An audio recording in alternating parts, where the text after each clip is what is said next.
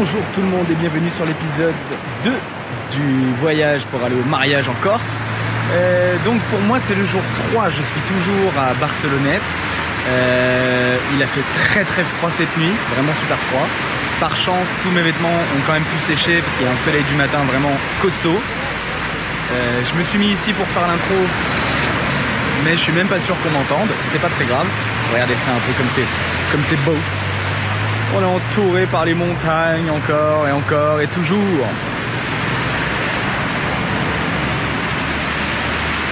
On va pas perdre plus de temps que ça parce qu'il est déjà tard, il est 10h. Je pars super tard parce que j'ai voulu faire sécher les affaires et tout. Donc allez, on se met en route, c'est parti, vous venez avec moi, let's go!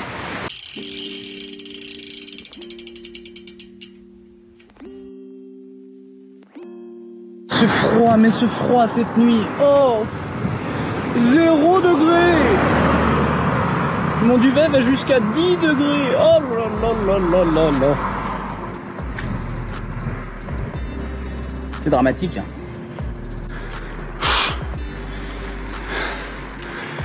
Ça grimpe, hein. Ça grimpe.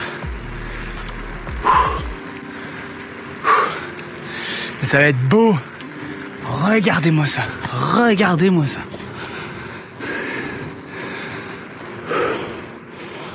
On fait quand même pas tous les jours du vélo dans des endroits comme ça.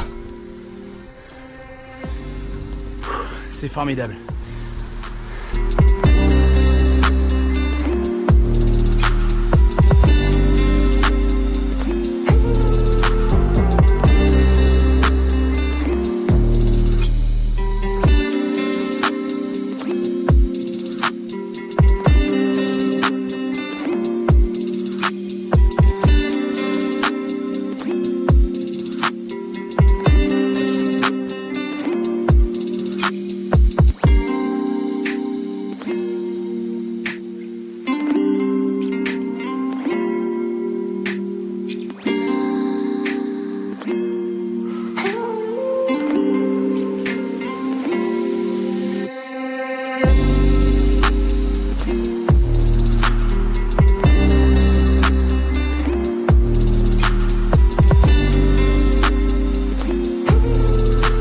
Depuis Barcelonnette, je suis parti en direction du col de la Cayolle et c'était vraiment magnifique. La pente est pas trop violente, la route est superbe, on est au milieu d'un canyon avec une rivière qui passe juste en dessous.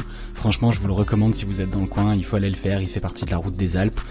Et très peu de voitures, pas mal de collègues cyclistes et j'en ai pris plein les yeux, j'étais trop content d'être là et de vivre ce moment sur le vélo. C'est vraiment pour ce genre de paysage que j'aime bien faire des voyages à vélo comme ça.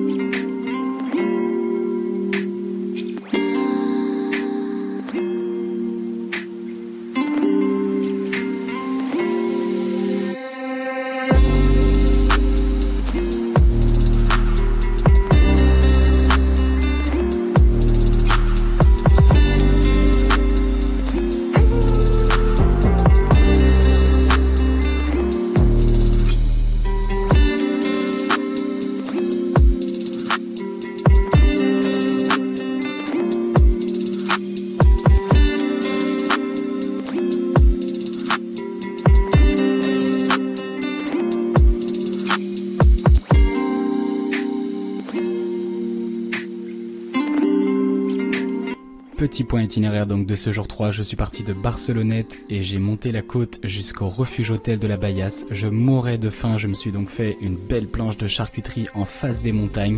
C'est vraiment le genre de ravito qui fait plaisir, surtout que juste après, j'attaque une portion bien gravel, très physique, qui va m'emmener au point le plus haut du parcours, donc fallait prendre des forces et vraiment dans un cadre comme ça, c'était juste parfait.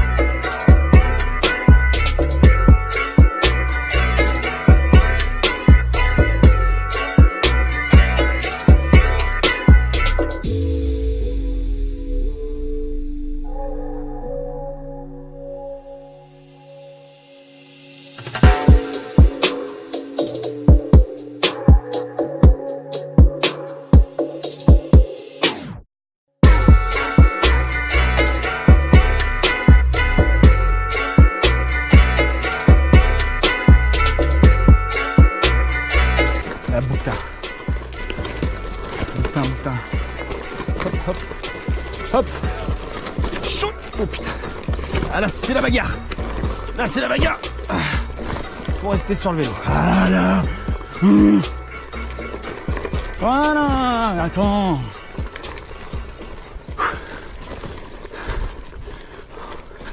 Si vous avez des gouttes à la caméra, c'est pas qu'il pleut, hein. C'est clairement mon front.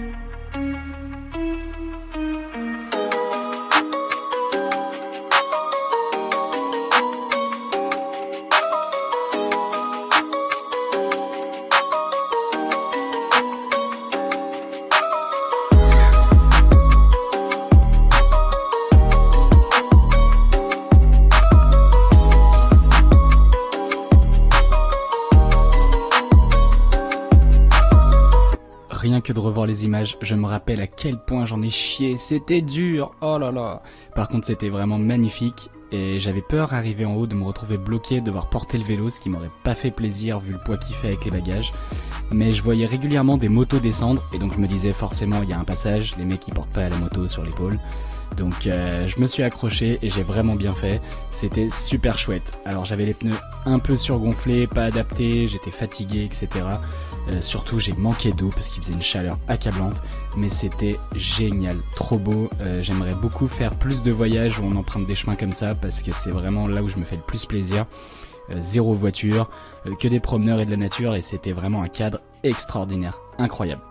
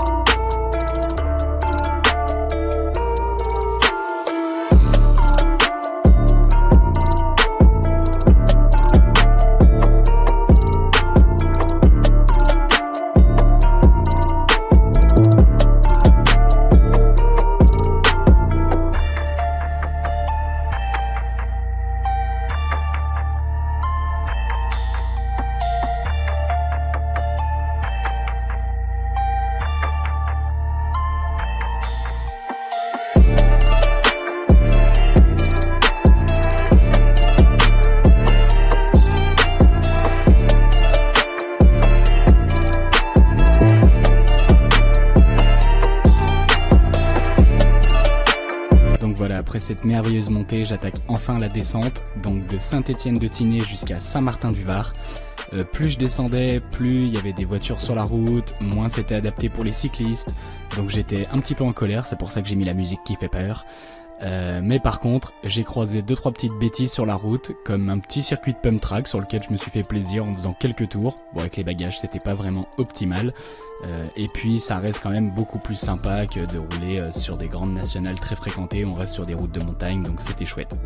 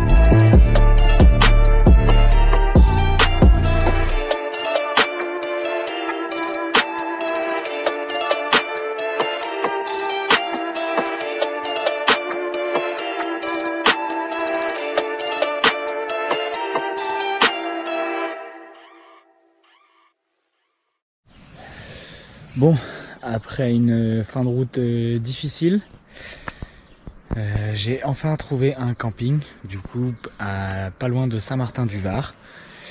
Donc demain il restera très peu de kilomètres, ça c'est la bonne nouvelle. J'ai installé la tente, désolé je n'ai pas fait de timelapse, pas ce soir, j'avais pas la foi. Super journée de fou, c'était magnifique, ce chemin de gravel était fou. Et puis après la descente par contre, moi les descentes où je dois pédaler parce qu'il y a trop de vent, c'est pas vraiment des descentes, donc un peu sur ma faim, mais il y avait des moments cool et dans l'ensemble c'était une très bonne journée. 115 km aujourd'hui, donc de Barcelonnette à Saint-Martin-du-Var. Je vais aller prendre une bonne douche, bien méritée, et dormir très tôt. Comme ça, demain matin, on se lève très tôt et on va à Nice et on se fait méga petit déj sur le port avant de prendre le bateau pour la Corse. Parce qu'après, il reste encore aussi 50 km en Corse. Et 50 km en Corse, c'est pas rien non plus. C'est pas le truc de fou, mais c'est pas rien non plus. Donc on verra. Voilà. Mais du coup, aujourd'hui, petite journée finalement. Je vous dis une bonne nuit. On se voit demain matin. Allez, ciao! Et ben voilà, 4e et dernier jour pour moi. Je vais aller prendre mon bateau à Nice. J'ai pas hyper bien dormi, comme en témoignent ces énormes cernes, mais rien de grave. Je suis impatient d'arriver, de pouvoir virer tout ça, de pouvoir faire une lessive. Et ce soir, je dors dans un vrai lit. Ah, quel bonheur! En attendant, du coup, il nous reste la route de Saint-Martin-du-Var à Nice. Je sais pas si je vais en filmer beaucoup, ça m'a l'air d'être essentiellement de la nationale, pas hyper intéressante, je verrai. Et puis ensuite c'est le bateau. Ok? Allez, à toutes!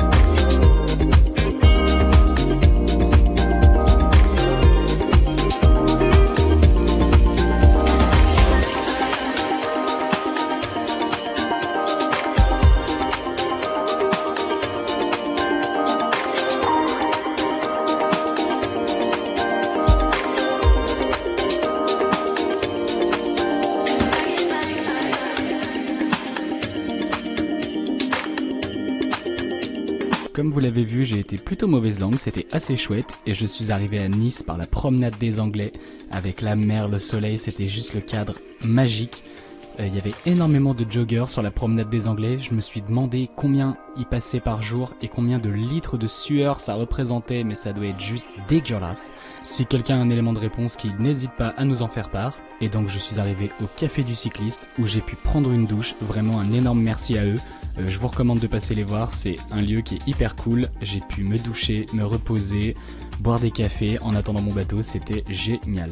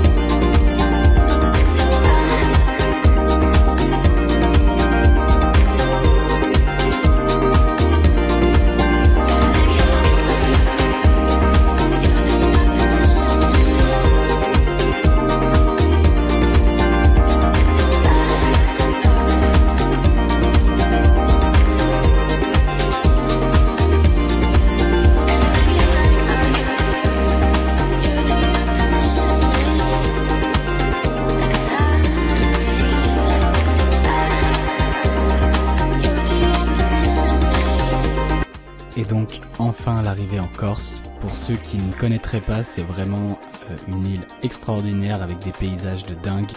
Vraiment n'hésitez pas à y aller, c'est juste fou. Mais par contre, petit bémol, la route que moi j'empruntais c'est quasiment une des seules lignes droites, parce qu'il faut savoir que la Corse il y a énormément de montagnes. Et donc je me suis retrouvé vraiment sur une grande nationale avec les voitures qui me doublaient très très proches, c'était pas hyper agréable pour une fin de séjour. Heureusement il y avait quelques passages où je pouvais esquiver un petit peu comme ici, mais sinon c'est vrai que c'était pas le maximum pour finir une journée comme ça, surtout que j'ai débarqué tard du bateau. Il était 19h quand je suis arrivé, donc le temps de me rendre au mariage, j'ai commencé à rouler un petit peu au soleil couchant avec moins de visibilité, donc c'était pas ultra agréable.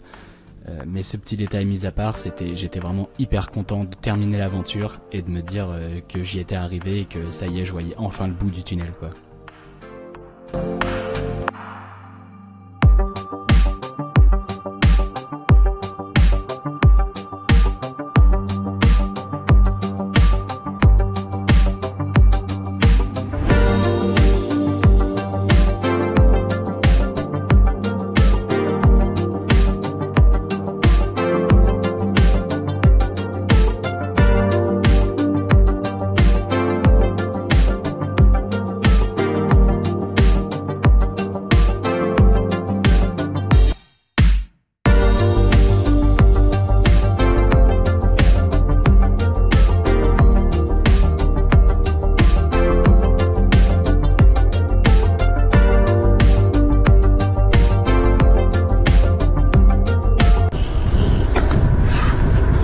C'est là, c'est au bout de cette rue.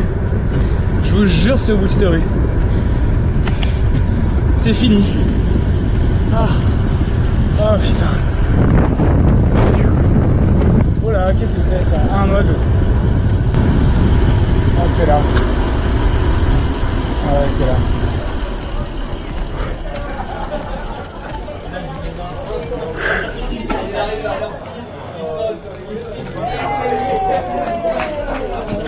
Merci à toutes et à tous d'avoir regardé la vidéo, n'hésitez pas à laisser un petit commentaire ou un pouce en l'air si elle vous a plu, c'est super important pour la chaîne. Merci pour votre soutien sans faille depuis la création de Roue Libre, ça me fait super chaud au cœur, ça me donne envie de continuer. On se revoit très vite pour des prochains projets et sur ce, allez rouler putain. Ciao.